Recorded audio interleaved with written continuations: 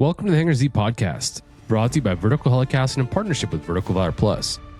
This series comes to you from the hangar at Broward Sheriff's Office as part of the 2026 Blades of Valor Tour, where we had the opportunity to interview Sgt Paul Seda and pilot Carl Speer. Our violent felony unit, our Viper unit, was waiting for him. He did crash, significant crash, but we have video of him, bailing out of the crash, dropping his gun on the ground, picking his gun back up, jumping over a fence, then jumping into a canal where he eventually gets apprehended. The Blades of Valor Tour spotlights public safety aviation units recognized for outstanding service and celebrates those who go above and beyond. We aim to promote the good work these agencies do and highlight the standard of excellence they set.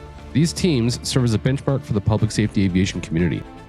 Our mission is to share their stories of unwavering commitment, courage, innovative leadership, teamwork, and technological innovation from agencies setting the standard in public safety aviation. Thank you to our 2026 Blades of Valor Tour sponsor, Switlick Survival Products, for making this tour possible. Switlick Survival Products supports aviation, marine, military, and search and rescue crews with a wide variety of high-quality survival products. To learn more, go to switlick.com. Huge thank you to Massif Flight Suits, who provides the flight suits that support our crews in the field. This Hangar Z episode, recorded on location at the Broward Sheriff's Office in Fort Lauderdale, marks the second stop of the 2026 Blades of Valor Tour. In this conversation, Jack Shanley and I sit down with Sgt Paul Seda and pilot Carl Speer to discuss the evolution of one of Florida's most dynamic airborne law enforcement aviation units. This episode dives deep into the operational excellence of the Broward Sheriff's Office. Sergeant Seda and Officer Speer explain the hunt bad guys philosophy that drives their mission and the transition from a multi-mission medevac/law enforcement hybrid to a dedicated high-tempo law enforcement unit. This episode concludes with a tribute to pilot Carl Speer, who reflects on a 39-year law enforcement career. The crew discusses the culture of consistency and the passion required to sustain a long, successful career in the cockpit. This stop on the Blades of Valor Tour highlights a unit built on trust, transparency, and a relentless commitment to supporting the men and women on the ground. Thank you to our sponsors, Shotover, CNC Technologies, and Airbus. Welcome to the Hangar Z podcast, brought to you by Vertical Helicasts. The Hangar Z podcast is the first and only podcast dedicated to promoting and exploring the personnel and equipment behind the missions in public safety aviation. Still southbound, skidding to a stop. Stand by here. Looks like you're getting ready to bail. Heads up, guys, bailing. Okay, the guy, he's running through the house, jumping the fence, threw the shotgun, threw something out. Grabbing the shotgun. Don't go over that fence. Don't go over that fence. Grab the shotgun again. He is armed. Stay there. Hold your position. We've all had chases where it's a circus car of felons jumping out of a bad guy car. Well, lots of luck remembering who the driver was. If you ever lose sight of him, well, now we can go back in because of the way we orbit. We'll usually have one guy you definitely know you have charges on. So the TFO will stick with him. The pilot will fly an orbit that allows you to maintain at least an idea of where the other 4 or 5 idiots went.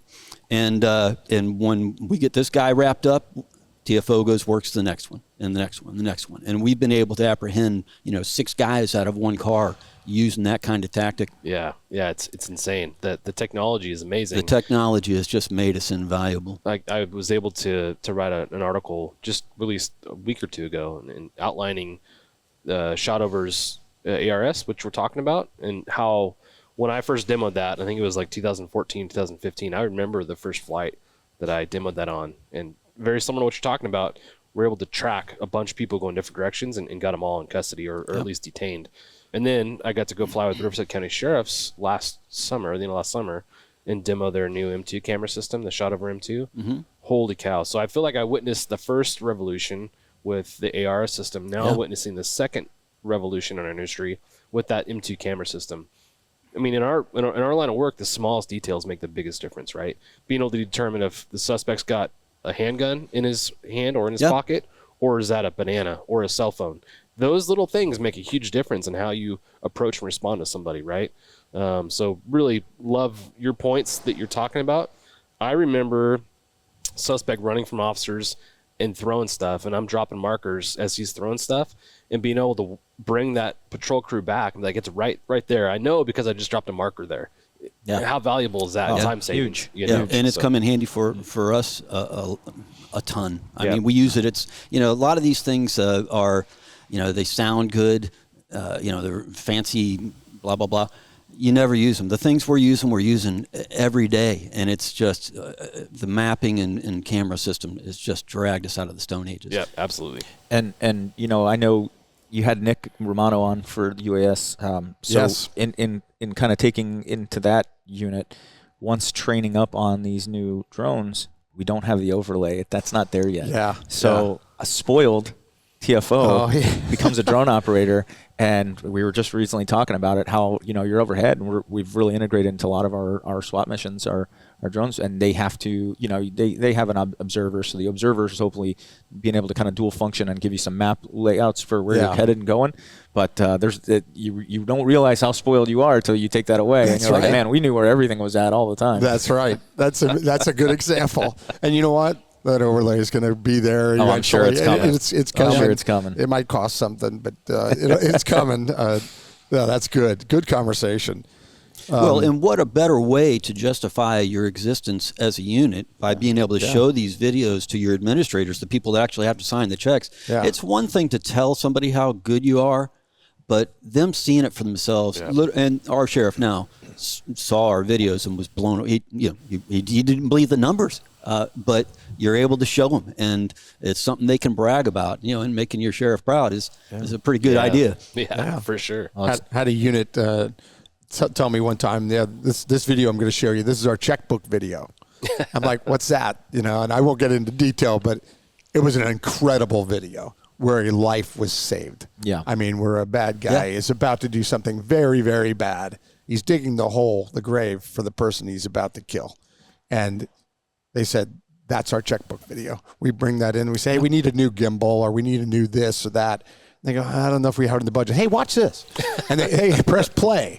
And whoever's watching goes, what do you need? Because they showed their value.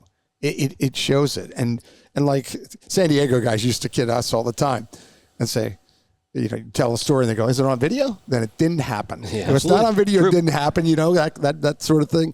And the value, like you said, the training values is incredible. It really is. But the value to take it to people that don't really know what you're doing, and they are writing the checks, and they are the bean counters, and they're the chiefs, and they don't know. It's not their fault. They just don't.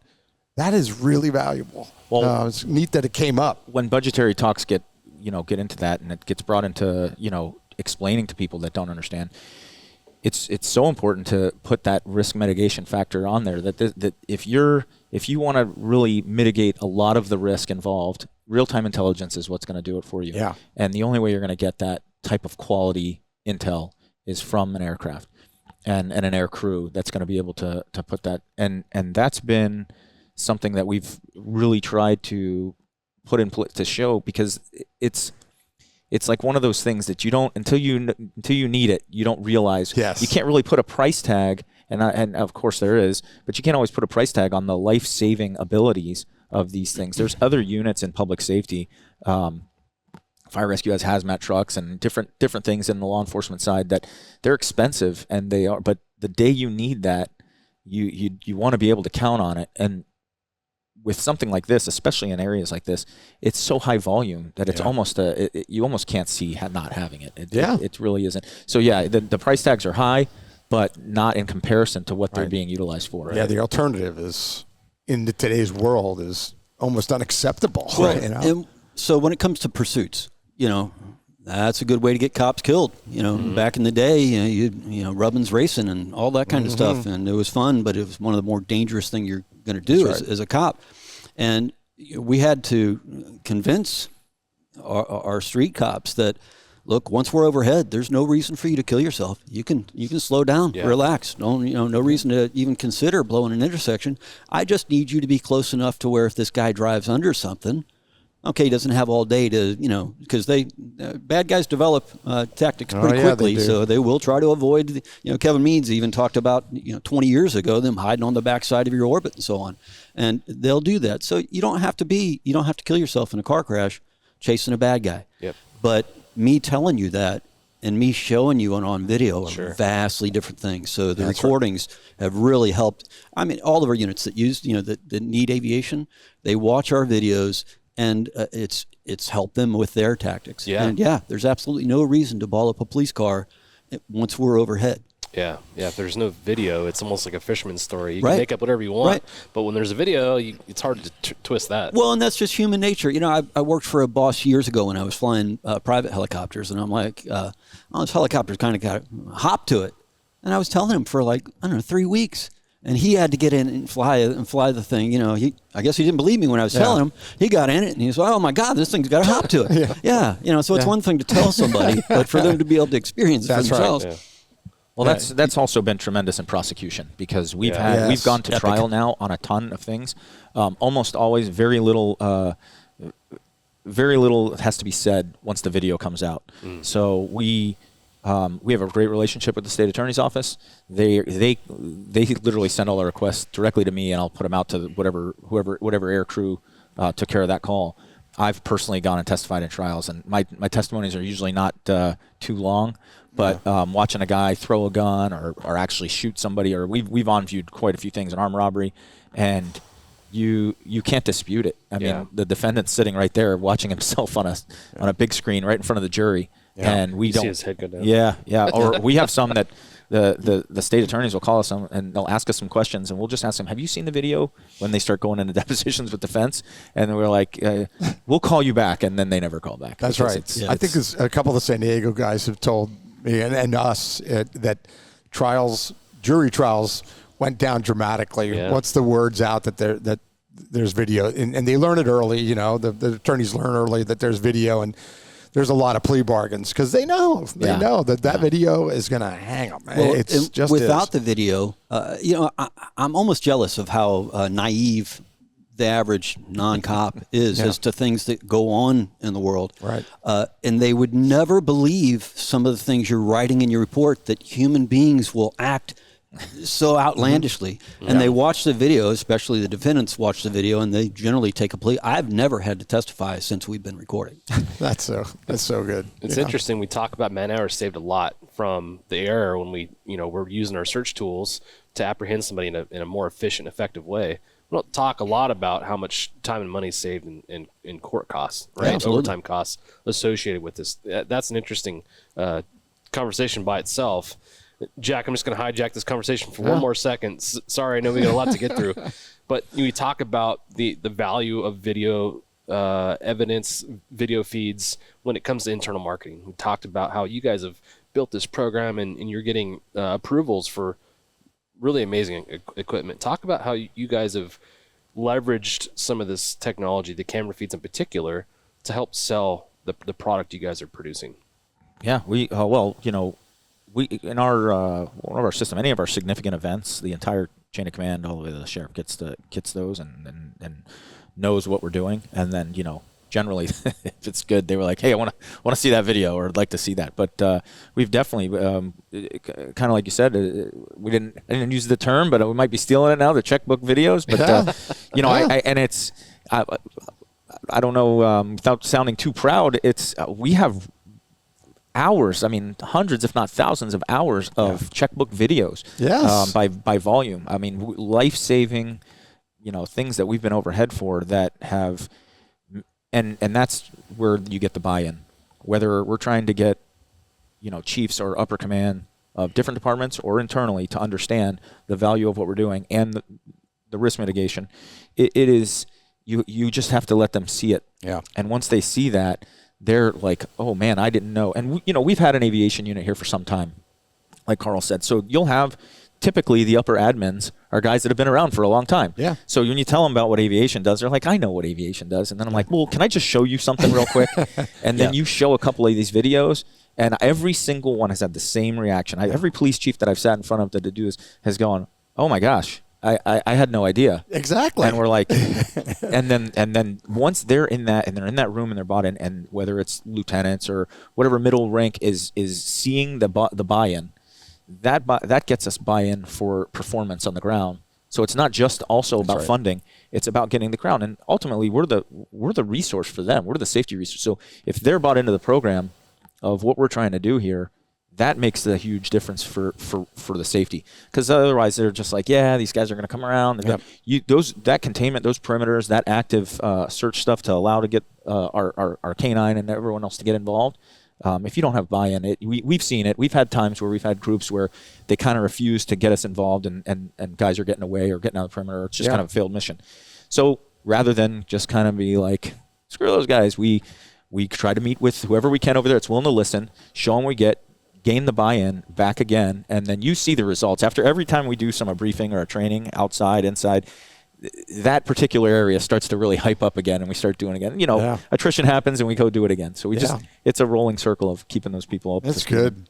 That's good. There's no doubt about it that this is really valuable to get out there and talk about what different agencies do, and think about a highlight reel that you could make, a 5-minute highlight reel with, dozens of like snippets of life-saving things. It would knock people out, and where they just have like you said, no idea. Yeah. They think they know, but they don't, and it's not their fault. And I'm not saying, these idiots. No, it's not their fault. They're not in that cockpit. They're not seeing the night to night to call value like you guys see. Yeah. Because you see it. The technology has transitioned so quickly that some of the people, again, that aren't necessarily in this part of the industry, like you said, it's they just know. I know the helicopter goes up and they're looking, and the thought from the ground is that, well, I can barely see them. They can probably barely see me. Yeah. We're reading a tag under a low light with a laser, and 2 a.m. The days of the white blob are gone. I mean, you can now see detail of clothing. For goodness sake, he's got a big belt buckle on. You can tell if it's a male or female. I mean, it's incredible how that's evolved. Thank you to our sponsor, Shotover. Shotover Systems is the leading developer and manufacturer of high-performance gyro-stabilized cameras with advanced real-time AR mapping and mission management, all backed by unparalleled custom training and support. Now offering the M2 multi-sensor system, sole 6-axis EO/IR platform with 4K Ultra HD color and infrared technology. Ideal for law enforcement and defense. Offered with real-time AR overlays to quickly identify streets, weather, and traffic. Automated license plate recognition, 24-megapixel digital photographs, and automated steering and tracking. It used to be you'd have to do weird little tactics to try and, because like you say, from 500 feet, even the old FLIR 7000, even the 8500, you couldn't tell if you were looking at a cat laying by a board or a bad guy's foot sticking out from under a board. Yeah. And we actually developed this tactic where I'd come down from like 1,000 feet down to like 200 feet and put a spotlight on what we were looking at. Yeah. And if it was a bad guy, they were almost like cockroaches. They'd get up and run every time, and then you could climb back up to a safe altitude. And as soon as you take the light off them, they assumed you couldn't see them, and they would bed down somewhere else pretty close by. It's so with the technology, you don't have to do that kind of silly stuff. I can tell you, you direct one of your canine guys to a beehive, they don't appreciate it, and we've done it. But as much as all that, and I'd like to touch on this for air crews, because absolutely, recordings get you funding. Your attitude on the radio, you're sounding like you want to do the job when you get the call, is epic.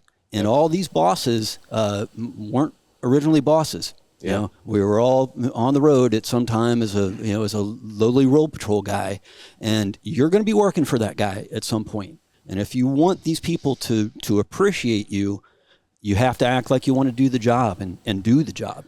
But we're going to do the job regardless. But your attitude when you come over the radio answering that call is epic. Oh, for sure. Letting those guys that know that you want to take care of them and you want to do the job, it's a big deal. Yeah, perception's reality, right? Absolutely. If you're getting requests and the air crew's keying up the radio from the ground with a pissed off tone of voice, what's that telling the ground folks? Yeah. And I'll be honest, I'm probably guilty of doing that at some time myself, Well, it's easy to fall into your own, I guess everybody's guilty of it. We like to complain for the entertainment value of complaining, and that's okay as long as A, you don't do it on the radio, and B, somehow find a way to convince yourself that you've got a bad job. I've done a lot of jobs in law enforcement, and hunting bad guys with a helicopter. There is nothing unless they let me start blowing stuff up. Also, I don't see how the job can get any better. I don't think they're doing that by April. You're going to be gone by the time. No, enthusiasm and attitude is key. And the service mindset. Especially in this role, we're here to just to be there for everyone else and give them that added edge. That intel. So you can fall in the trap every once in a while. You got to hit the reset button. You get a little frustrated at just how things are operating on the ground. But you can only control what you can control. Yep. And the number one thing is to let them know that we're there for you. And it always comes back around. As long as you keep that, we're really letting everyone know that you're. It is great to be this, but we're part of that family. So we're part of you guys on the ground. We're up in the air. We're here for you on the ground. Yep. If whatever we can do to help. Yep. Carl, go back to when you've touched on it a couple times where you and the flight medic, that were flying. Go back to when it was the flight crew was doing both jobs and how when that switched and the benefit of that switching for both sides probably. I think we could argue.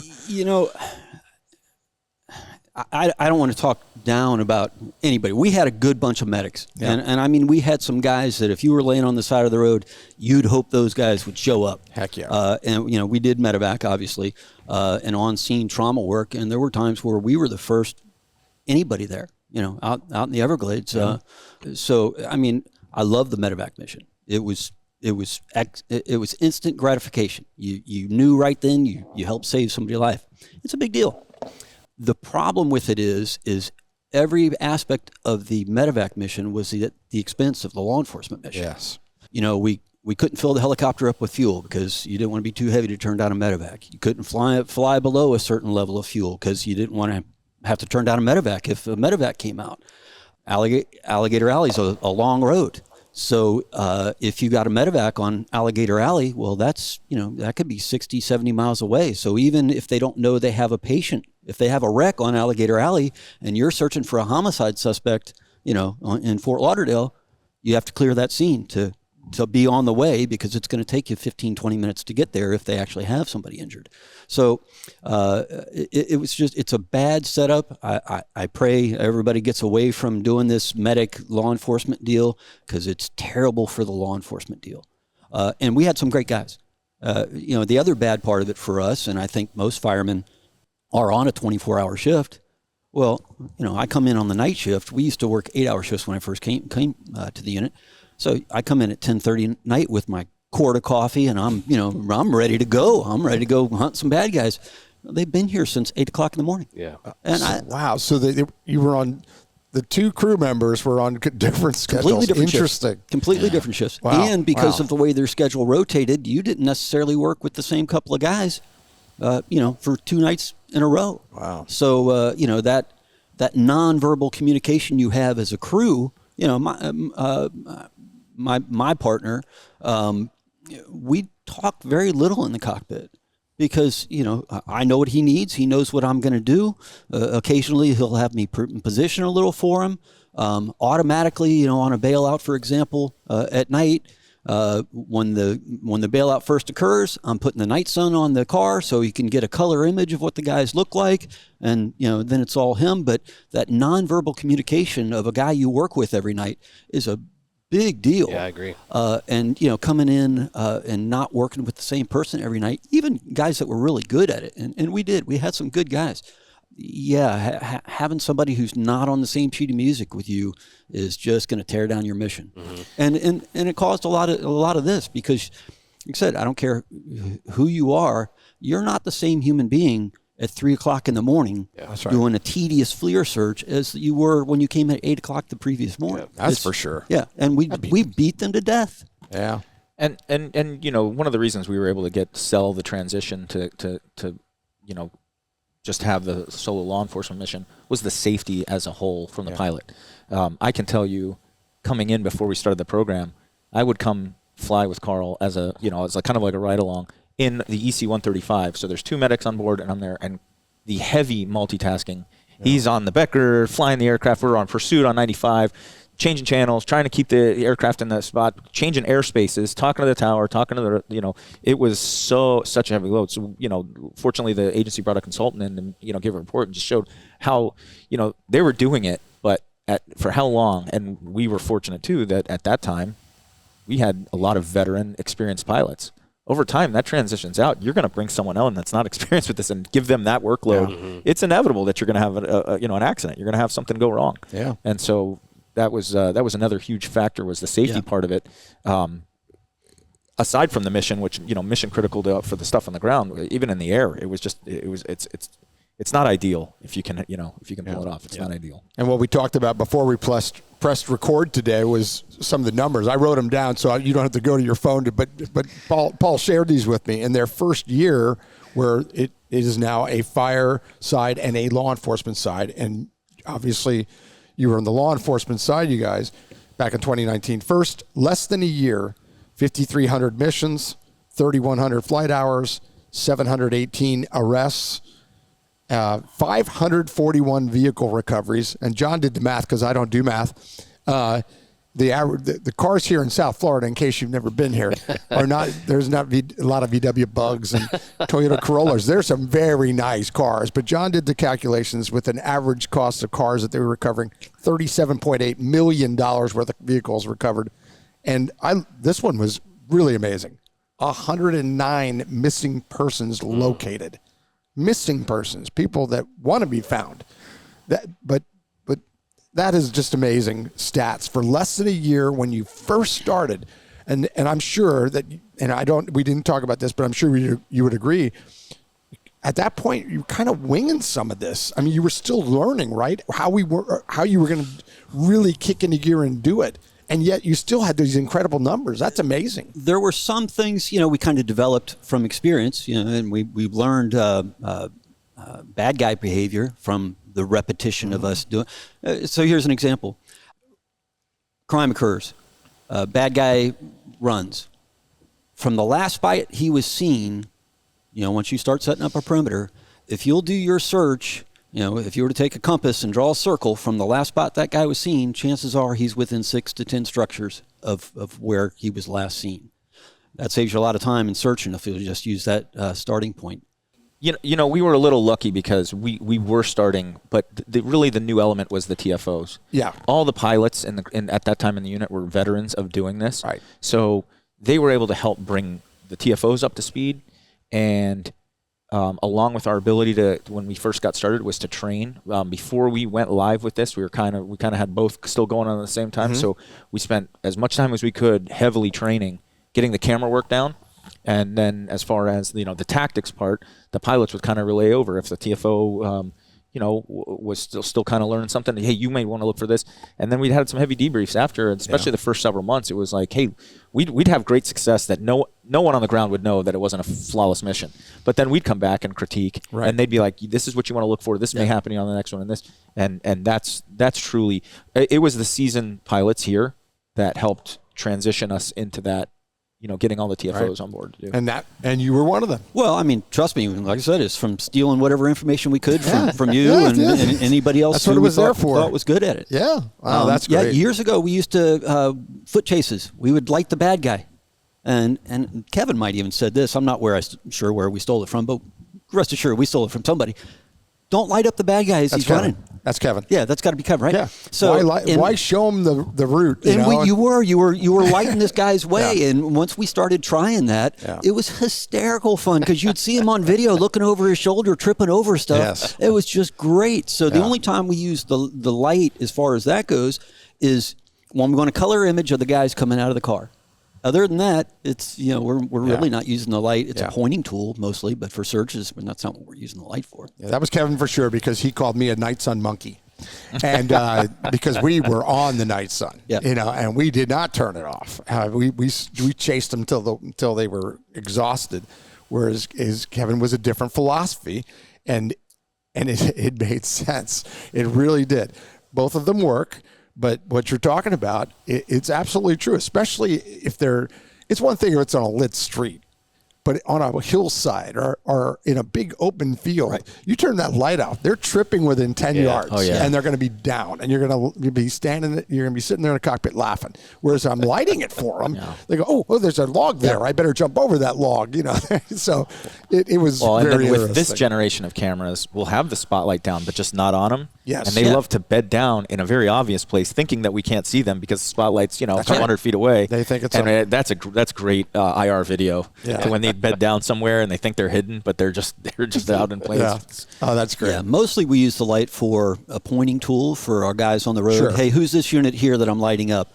And other times we'll use it to stop somebody from doing something. We on-viewed a shooting one time. That's one call I'm thinking of, and we put the light on the guy to try and to get him to stop doing it, and it kind of worked. Sure. So we use it very little not very little. We don't use it at all as a search tool. Yeah. Thank you to our sponsor, CNC Technologies. CNC Technologies, serving law enforcement, government, and military markets with tailored mission solutions, system training, and live 24/7 support with CNC.live platform. Explore more at cnctechnologies.com. We've talked to multiple units, including one very recently that said, we don't really need that light anymore. And you think about that and you go, wow. My department was different. My unit was different, where if that night someone out, you landed at night. Well, that's all you had, squawked it. really. I mean, we had a flare in there. We could have, but we weren't used to being dependent on it. Yeah. Whereas San Diego would laugh at that and go, oh, we go up all the time where we got a night sun that's not working. We take it off, we go fly a whole shift, and we'd laugh. Two different philosophies. Again, nothing right or wrong about either of them, but now that the cameras are so valuable with the shot over and the overlays, you think about it. Do you really have to have that light? The answer is no, you don't. Well, you do, just not for what we used to use it for. Right. When it comes to, like I said, it's a pointing tool. We've found people in the ocean and on capsized boats, and you're wanting to point that out to the Marine Patrol guys. I don't know if you've ever tried to see something on the ocean. I don't go out there, Carl. It's scary. I recommend it. It's scary and dark. Pretty good time. But there's sharks too. But you're on a boat at water level, and you're trying to find people who are just above the water. Right. I've seen rescue crews almost run people down. Yes. So that's what we're using the light for. No doubt. We're pointing. It's a pointing tool, really. Good point. I mean, it's still necessary for other things. Yeah. It's just like you said. It's just not using the same for the same purposes. But boy, does it still have a purpose. That's a great example. Yeah. A boat, hauling out there to rescue, that could be a tragedy. Seeing that. Yeah. Wow. We've done it to officers in need on the ground, deputies in need on the ground. Yeah. They're fighting somebody. They're by themselves. Yep. And we'll just get on the radio and say, hey, go right where the spotlight's at. Guy needs help. Yeah. Go around the corner. Yeah. And, or if we go to back somebody up, a lot of times we'll see the highway patrol who we're not on the frequency with. Yep. We'll see them, doing a traffic stop by themselves, on the highway. We'll light that up just to let the person in the car know that he's not the only one there. Yeah. I'll give you an example of exactly what we're talking about with Kevin. I'm sitting in the back seat with Kevin and Todd Yeager, and two guys bail out of a car and run into a dark hillside. And he's on the camera, he's on them. Long story short, they split up, and they eventually both captured. It takes about 45 minutes. We landing, and they both go, well, what do you think? I go, man, that was fantastic. That worked out great. And they said, but come on, from your perspective, what do you think? I said, well, I will tell you that first guy, he would have been in custody in 5 minutes, not 45. And they go, what? I said, because I would have put my light on him and said, he's under my light, guys. You never turned the light on. I said, but I will tell you this. I would have never been able to find them initially on that hillside without the flare. Yeah. So that demonstrated how both things are needed. Yeah. Where I would have never found those guys if I was looking with the night sun. It would have been luck. I would have had to just come across. Whereas with the flare, it was like, there they are. I mean, they were out of the view of officers by the time we arrived. But it was just funny. We both laughed and said, yeah, we need to balance it in between, where you can use both tools and use them effectively. Because, we spent a lot of time explaining where on this hillside this guy was. Okay, units that are passing, stop right there. And they're trying every trick in the book, and the officers on the ground weren't cooperating. And I said, man, I'd just turn a light on and say, hey, he's right here under me. I don't see the light? That's where he is. And it would have been in custody in 2 seconds. But pluses and minuses to all of it. I love it. This is a great conversation. I'll have to text Kevin and say, get ready. We talk about you for 2 hours. Well, and talking about the way the technology has progressed, when I came here, we weren't flying night vision goggles. Yeah. We had older military guys, and their only experience was with the original generation of night vision goggles, which I never, even come close to using. But it sounds pretty horrific the way they described it. It just scared them to death. Yeah. So it took a long time, and it really wasn't until the FAA started, because we were a Part 135 operation. Yeah. The FAA started talking about mandating night vision goggles for medevac. That and Jesse Madrigal, our sergeant, was the only current military pilot flying Blackhawks. So all of my time was unaided nighttime. And he came in and flew with us, and went out to the swamp doing a search, which I don't care who you are, it will make your butt pucker. Yeah. And he's like, oh my God, how are you guys doing this? He had never flown unaided, so that got us into night vision goggles, which got us into IR lasers. So we're always running an IR laser. So just looking out the window, and our K9 guys, we don't run them so much because the camera's gotten so good that we really know where they are. But it used to be, we had IR strobes on all of our K9 guys, and I went around all over the county and sold that to everybody. So all the K9 guys were wearing IR strobes. My TFO is running the laser, so I can see just from looking out the window where he's searching. I can see where K9's doing their search, because we used to spend a lot of time following K9 with the FLIR, because after 2 houses in, they have no idea where they are. If they get in a bind, well, you're not going to see them if you don't already know where they are. So we weren't of much value even when we got into the FLIR game, because we're following K9 guys around. Well, now I know where K9's working. I know where my TFO's working. If I need to put the two together, it's right now. It's instantaneous. Technology is beautiful. It is. All right, so let's get into the personal side of things here, and let our listeners and our viewers learn a little bit more about each of you. So let's start with you, Paul. Tell us about yourself, how you ended up in law enforcement, and how you ended up here. I was telling you guys a little before we started. I grew up playing baseball and was kind of into that in college and a little bit after. And then I got into I had some family and friends that were both fire and police, and just kind of, I don't know, I stumbled into it. I had always had an interest, but I worked into it and I actually started looking into both. And police showed an opportunity first, so I went down that road, very interested, got into it, and I started down with North Miami Police Department for the first couple of years, and then kind of followed some family up to the center of the state, Orange County, and I was at the Orange County Sheriff's Office for just a little shy of 7 years. And then everybody was kind of making their way back. This is where I grew up in South Florida, so I was looking to come back at some point, and the opportunity came in around 2012. So I came back to Broward. Through my time in North Miami and Orange County, I was able to work through some specialty units and gain some experience, some tactical experience. And I had been working with our major narcotics up there. And back then, before the cameras were great and everything, we would go up and do photo flights for search warrants. Sure. And so if you're the case agent, you went up, and man, it took about 2 visits before I was like, man, how do I get over here? How do I hang out with you guys? This is awesome. And so, of course, I started hitting the guys up and rolling around and kind of pursuing what it would take to get on the TFO side over there. And by the time it was about time for me to get where I would be able to have an opportunity to get over there, I had come down here. Yeah.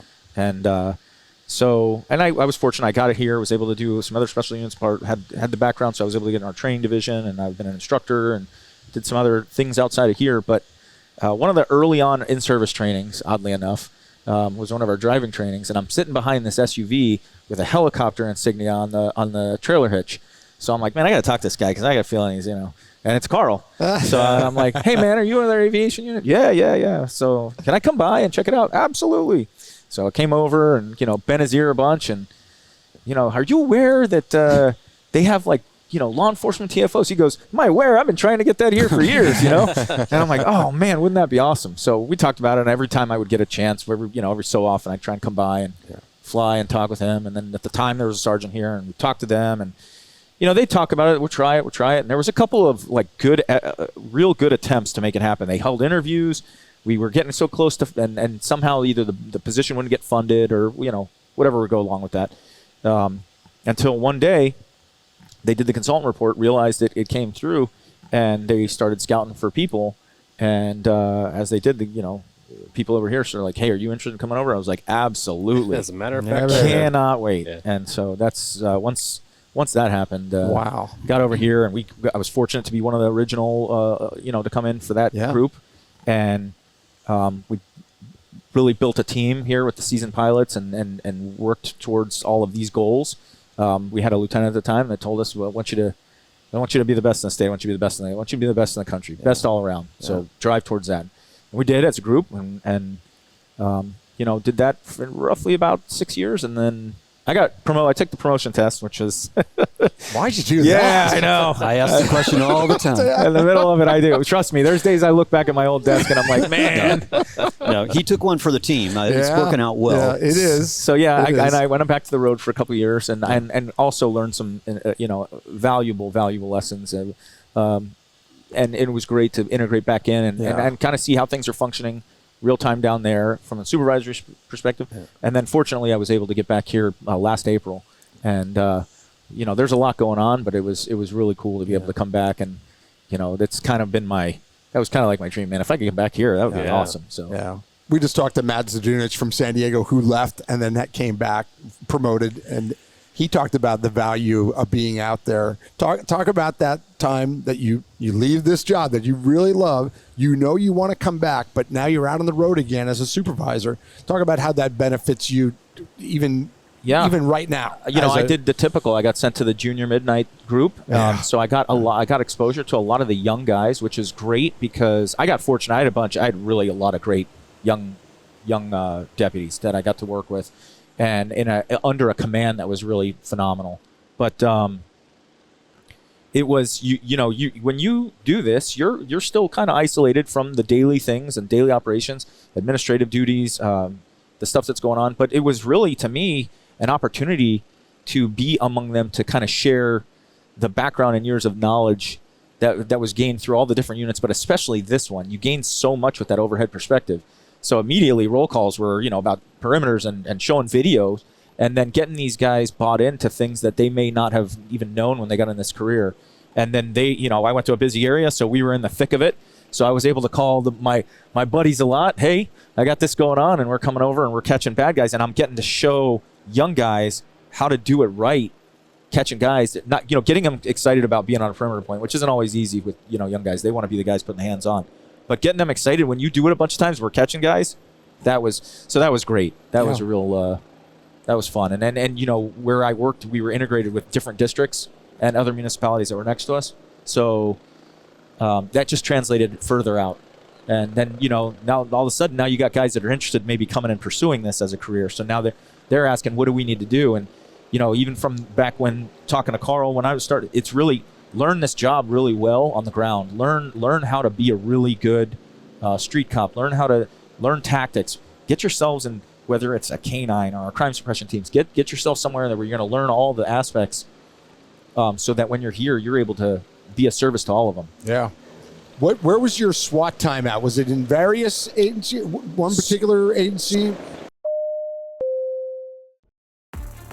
Thanks to our sponsor, Airbus. Airbus provides the most efficient helicopter solutions to its customers who serve, protect, save lives, and safely carry passengers in demanding environments. Its civil and military helicopters are flying all over the world, making missions possible. Visit airbus.com for more information. I was not on SWAT here or back up north. We had some other TAC teams that we had with our, we had like a special response team for some of our search warrants and some of our narcotic stuff that dealt with our hazmat. We had to get full hazmat suits to do some. Meth labs were a big thing at the time. So we were doing a lot of those kind of things, but we had the long-term down here SWAT operator was Carl here with the. We've had a couple other guys in the unit that a million years ago. Here. So. Well, I do want to ask you about one thing specific, and that I jotted down from the bios. you're going to be humble about it, I'm sure, from getting to know you. But talk about the National Sheriff's Association Medal of Valor. Oh yeah, that was pretty cool. It was when I first got on here, I got on our dive team, and we have a dive. Our dive, because of integration with fire rescue, with the law enforcement side handles both recovery and rescue for the dive team. So I happened to be out actually prior to getting on the team. It's kind of prompted me getting on. I was working on getting on the team, and we had a car off of US 27, which is way out west in the Everglades there, going to a canal. And we got there. It was late, 2 in the morning, and could still see the car. Car was completely submerged. Could still see the taillights. Of course, you guys got to see all the gators that are out there. So you get your flashlight real quick. You see a bunch of orange eyes. You know they're there. So went in and really just had a mask on me. I didn't have any air. So went in on mask and grabbed whatever flotation device. Had a fire chief, battalion chief, actually meet. We got there first. It was we both got in the water, and the second deputy I just grabbed the tile off the line. So dove down about 12, 13 feet, and was able to go through the broken rear windshield and pull the driver out.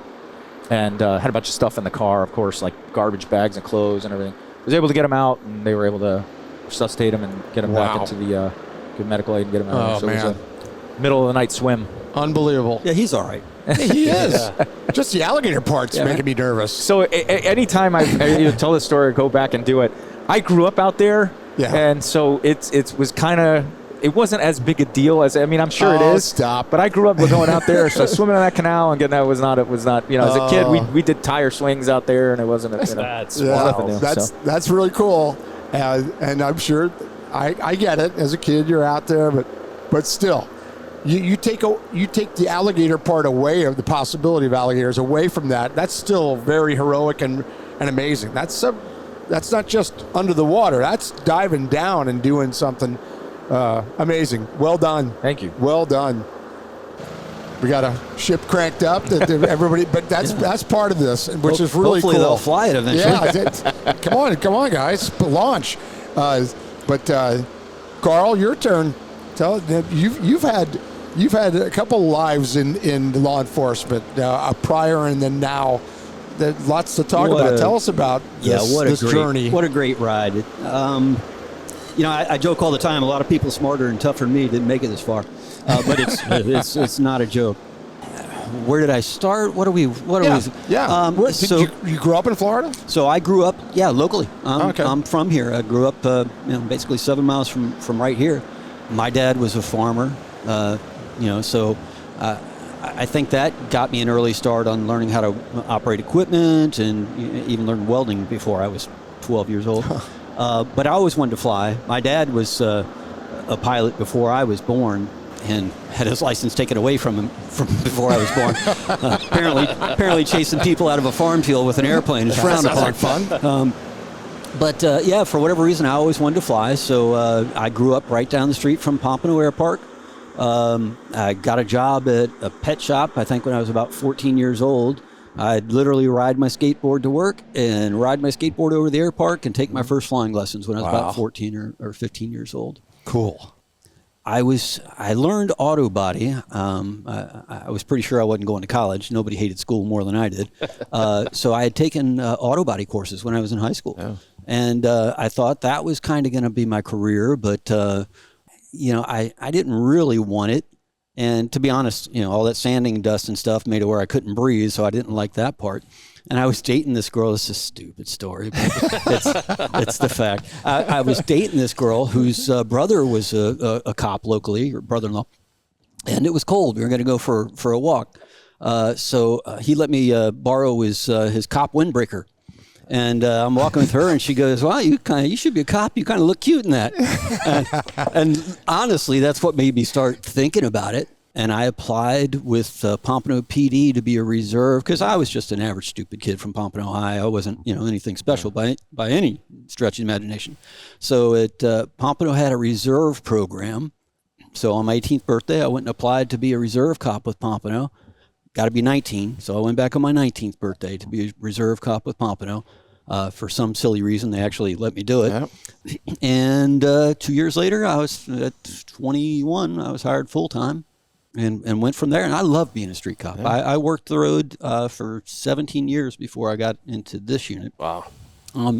All of it in Pompano.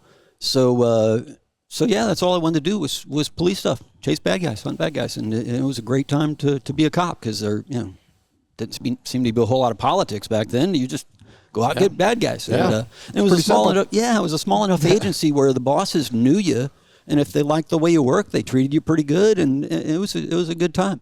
But I was always flying on the side. I didn't know you could make money flying, so that was strictly just for fun. The police chief we had at the time had delusions that the city was going to let him get some OH-58s and start his own aviation unit. Because Pompano was a busy city. Yeah. It's still, I think, one of the busiest cities in the Broward Sheriff's Office. So we merged with the Sheriff's Office in 1999. One of our guys retired a few years later, and there was no great competition. I was the only guy in the agency that had the helicopter quals. Back then, they wanted you to have a minimum of 1,000 hours because of the Part 135 operation. I was the only one that had anything close to that, so that's how I got in here. Yeah. I was on Pompano's SWAT team from 1988 till we merged in 1999. Was a team leader for 8 years of that, and great experience. Oh yeah, great experience. Got to go through. I have a problem saying no when they ask me to do something. So, you want to go to the SWAT school? Sure. So yeah, I've been through the Broward SWAT school. The Army had a SWAT school. Metro Dade was probably the best SWAT school there is. Their guys were doing SWAT stuff every day. It wasn't just theory with them. The FBI SWAT school, and got to be on a pretty active SWAT team for a long time, and just a great experience. And I think that helps you as a helicopter crew also. Sure it does. Sure. And to this day, I bet you can go back, you can be over a call and go back to your SWAT time, and it'll help influence what you do and how you do it. Yeah, but you do have to keep in mind, it's like all aspects of this job, be mindful of how perishable your skills are. Mm-hmm. Yeah. What we were doing then, and we were state of the art. We were going to all the schools and knowing how the latest, greatest operators were doing things. Even with that, those SWAT tactics we employed then, worlds different than how our guys are doing it now. Just like the technology we were talking about, SWAT, same thing. The technology in SWAT is completely different than 10, 20 years ago, just like in aviation. Yeah, so I used to teach SWAT tactics. I wouldn't even give you my opinion on it now. I'm so far out of that. But yeah, all these experiences, so it goes back to what it takes to be a good pilot here and a good tactical flight officer here is the grounding of being a good street cop first. It just helps you in every aspect of this. Very true. Very, very true. What's your saying about getting here? Both their stories have some of that in it, about do your best at do what you're doing now to the best of your ability, and that'll pave the way going forward. A lot of people always ask, what can I do to get to aviation? And the thought's always like, it should be some aviation-centric thing. It's like, no, do what you guys have both described. Do your job in the field really good, and that'll pave the way for you going forward. Yeah. It benefits you later. Everything. Both had the opportunity to talk to one of your people in training, tactical flight officer in training, Hayden, and wonderful conversation while you guys were doing the photo flight yesterday. And we talked about that, and how everything you do as a cop and growing up and as a civilian, running around shopping and going out to dinner with your family, it all comes back into play as the TFO at some point, where something will happen where you will know a terminology of a location or a street. And I gave him an example that I had experienced, and he was like, "Oh, that's cool." And then he gave me an example of where he was helping an agency you guys were up over an agency where he lived and grew up, and he was able to use a term for a shopping center that shopping center is not called that. Oh yeah. But he knew what it was called, and he was able to say something to the customer, and they knew exactly what he was talking about, and it helped. I said, that's going to happen to you so many times. You both have experienced that, and we all have. Really good stories. Man, time's flying. I told you. Yeah, you weren't wrong. See, I told you. Everybody does it. They go, 2 hours. Oh, we're not going to be. Oh, get ready. It's amazing how fast it passed. But we want to get to this because we experienced this yesterday. The aerial platform operations. That's something that you're both involved in. Now, Paul, you had some initiative, or you were involved in that program being initiated. Talk about your program, how and why you initiated it, and where it's at now, and then Carl, I'm going to get your perspective as a pilot on the same program. But get us started. Yeah. So Paul. when we talked about it, obviously, the guys that up here had the tactical experience. Almost everybody that came over, if they weren't on SWAT, they're on K9. They've all have a good, both pilots and TFOs. So we would bring it up, knowing what's going on, and that the incident in Dallas really sparked that. Like where are we if that day comes? And obviously we had our own tragedy here with MSD. So it's just sometimes it's a matter of time as to whether you're going to have something happen where you want to be prepared.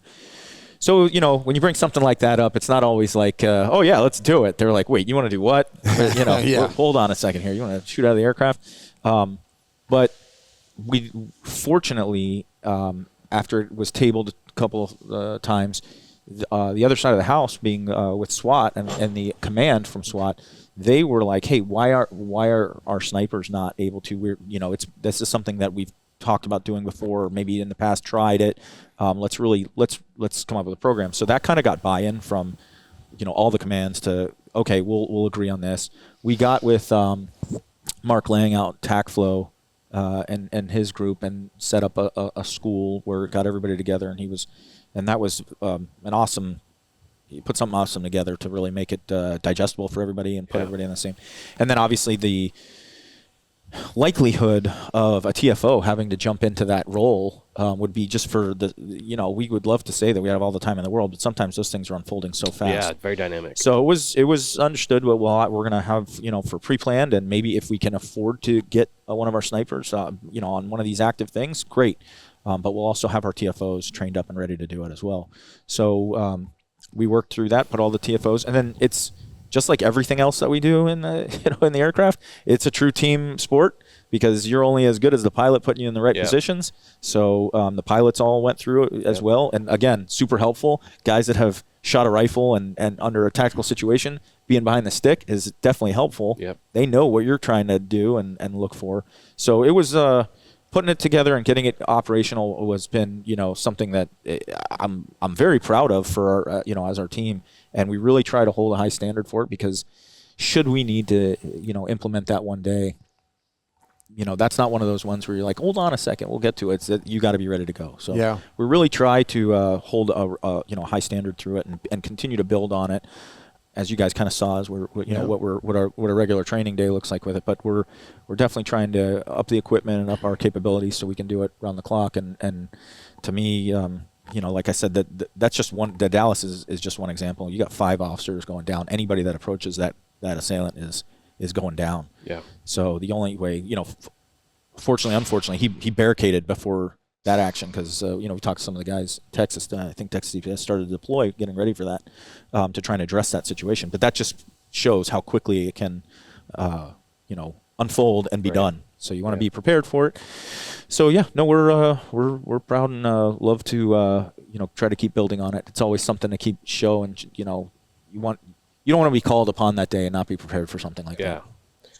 Thanks for joining us for this episode of the Hangar Z podcast. Don't forget to like and subscribe to hear more stories that promote the personnel and equipment behind the missions in public safety aviation. Lastly, stand by for a message after a word from our sponsors. Cheers. Thank you to our sponsor, CNC Technologies. CNC Technologies, serving law enforcement, government, and military markets with tailored mission solutions, system training, and live 24/7 support with CNC.live platform. Explore more at cnctechnologies.com. Thanks to our sponsor, Airbus. Airbus provides the most efficient helicopter solutions to its customers who serve, protect, save lives, and safely carry passengers in demanding environments. Its civil and military helicopters are flying all over the world, making missions possible. Visit airbus.com for more information. Thank you to our sponsor, Shotover. Shotover Systems is the leading developer and manufacturer of high-performance gyro-stabilized cameras with advanced real-time AR mapping and mission management, all backed by unparalleled custom training and support. Now offering the M2 multi-sensor system, sole 6-axis EO-IR platform with 4K Ultra HD color and infrared technology. Ideal for law enforcement and defense. Offered with real-time AR overlays to quickly identify streets, weather, and traffic. Automated license plate recognition, 24-megapixel digital photographs, and automated steering and tracking. That wraps up this episode of the Hangar Z podcast from the Broward Sheriff's Office, the second stop in the 2026 Blades of Valor Tour. A special thank you to Sgt Paul Seda and pilot Carl Spear for sharing the story of BSO's evolution into a high-tempo, dedicated law enforcement powerhouse. From their hunt bad guys philosophy to the culture of consistency that Carl's modeled over his remarkable 39-year career, this unit truly sets the benchmark for excellence in public safety aviation. The stories of unwavering commitment and innovation we heard today are exactly why we launched this tour. We want to extend our deepest gratitude to our 2026 Blades of Valor Tour sponsor, Switlick Survival Products. Their high-quality gear supports the aviation and search and rescue communities every day. Learn more about their mission at switlick.com. We also want to thank Massif for their continued support and for providing the flight suits that keep our team mission ready while on the road. Without these partners, sharing these stories would not be possible. To see more content from this stop and follow the rest of the tour, visit verticalmag.com/Blades of Valor.